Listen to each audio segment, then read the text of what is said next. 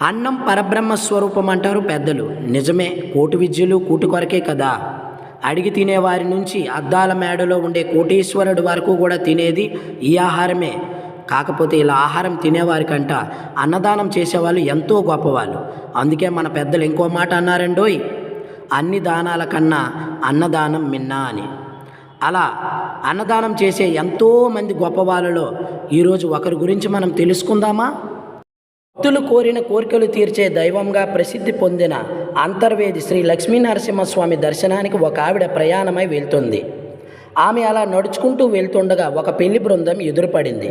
ఆ సమయంలో కొంతమంది పిల్లలు ఆకలితో ఏడుస్తుంటే వారి ఆకలి ఏడుపులను చూసిన తల్లిదండ్రులు ఎంతో బాధపడుతున్నారు. ఆ సమయంలో ఒక పెద్ద ఆవిడ, బాధపడకండమ్మా, ఇక్కడికి దగ్గరలోనే నిత్యాన్నదాన కార్యక్రమం జరిగే ఒక ఇల్లు ఉంది. అక్కడికి వెళితే మీ పిల్లలకు భోజనాలు మరియు పాలు కూడా దొరుకుతాయి.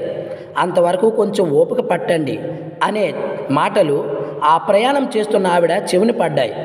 అంతే, ఆ మాటలు ఆమె చెవిన పడ్డాయో లేదో తన ప్రయాణాన్ని మార్గమధ్యంలోనే విరమించుకొని వారికంటే ముందుగా ఇంటికి చేరుకొని అందరికీ వంట చేసింది. వచ్చిన వారందరికీ తృప్తిగా భోజనాలు పెట్టింది. ఆ పెళ్లి బృందం వాళ్ళందరూ ఆవిడ చూపించిన ఆదరాభిమానాలకు ఎంతో ఆనంద పరవశులయ్యారు. అదే విధముగా ఒకసారి ఒక ప్రభుత్వ బ్రిటిష్ అధికారి ఆమె ఇంటికి ఆకలి అనుకుంటూ వచ్చారు. ఆ సమయానికి ఆమె ఇంటిలో ఏ సరుకులు లేవు. ఒక చిన్న ఆనపకాయ ఉంటే దానితో ఆనపకాయ పచ్చడి చేసి వచ్చిన ఆ అధికారికి ప్రేమగా భోజనం వడ్డించింది. ఎంతో రుచికరమైనటువంటి ఆ వంటకు మరియు ఆమె ప్రేమగా ఇచ్చిన ఆతిథ్యానికి ఆ తహసీల్దార్ అధికారి ఎంతో సంతోషభరితులయ్యారు. ఆమె జీవితంలో ఇలాంటి సంఘటనలు ఎన్నో ఉన్నాయి. అంతటి విశిష్ట దానసేన గుణాలు కలిగిన ఆ మాతృమూర్తి ఆకలి అని అడగక మునిపే అందరి ఆకలి తీర్చే ఆ ఆదరణమూర్తి ఎవరో తెలుసా? ఆమె వేరెవరో కాదు, అపర అన్నపూర్ణగా ప్రపంచ ప్రఖ్యాతిగాంచిన ఆంధ్ర అపర అన్నపూర్ణాదేవి డొక్కా సీతమ్మ గారు. డొక్కా సీతమ్మ గారు తూర్పుగోదావరి జిల్లా మండపేటలో భవానీ శంకరం నరసమ్మ దంపతులకు 1841 సంవత్సరంలో జన్మించారు. లంకల గొన్నవరానికి చెందిన ధనవంతుడు వేద పండితుడు అయిన డొక్కా జోగయ్య గారితో వివాహం జరిగింది. ఆ పుణ్య దంపతుల ఇంట పాడి పంటలకు కొరతే ఉండేది కాదు. ఆ పుణ్య దంపతులు వచ్చిన అతిథులను దేవుళ్ళుగా భావించేవారు. వచ్చిన బాటసారులకు విసుగు విరామం లేకుండా ప్రేమాభిమానాలతో అన్నం వడ్డించేవారు. డొక్కా సీతమ్మ గారి ఇల్లు ప్రతిరోజు అతిథి సత్కారాలతో అన్న సంతర్పణలతో కన్నుల పండుగగా కలకల్లాడుతూ ఉంటుంది. అన్ని దానముల కన్నా అన్నదానం మిన్న అని నమ్మిన కుటుంబం వారిది.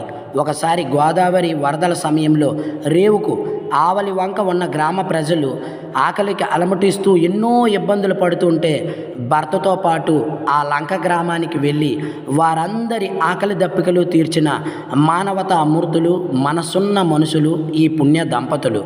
వీరు చూపిన ఆదరాభిమానాలకు నేటికి ఆ కోనసీమ ప్రజలు ఎంతో గొప్పగా చెప్పుకుంటారు. సీతమ్మ గారి ఇల్లు తిరుపతిలోని నిత్యాన్నదానం వలె అతిథి మర్యాదలతో అతిథి సత్కారాలతో విలసిల్లుతూ ఉంటుంది.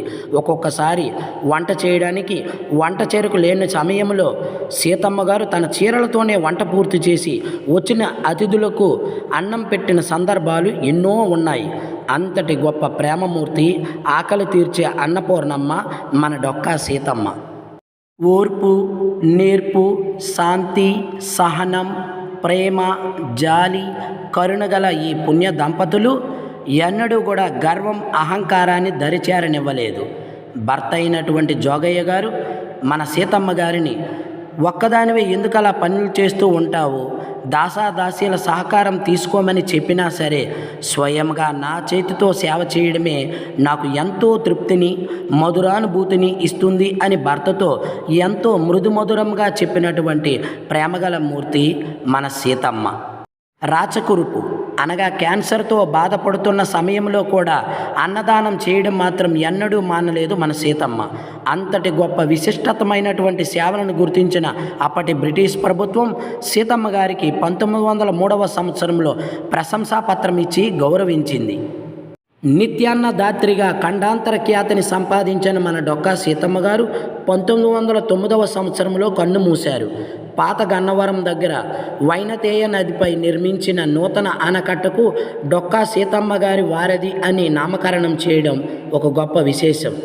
ఈ వారధికి ఆమె పేరు పెట్టడం ఆమెకు తెలుగు ప్రజలు చిరకాలం గుర్తుంచుకునేందుకు చిహ్నంగా భావించవచ్చు.